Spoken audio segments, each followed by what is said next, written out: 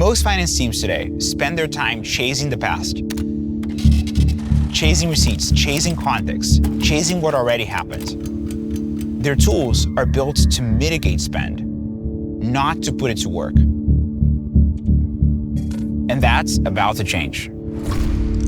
AI isn't here to replace finance, it's here to multiply it.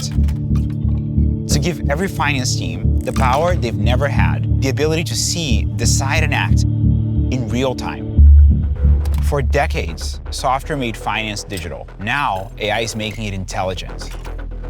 Instead of waiting for people to categorize, review, or approve, agents can now do it instantly and explain why. They're not just tools you click. They're teammates you trust, working relentlessly to push your business forward.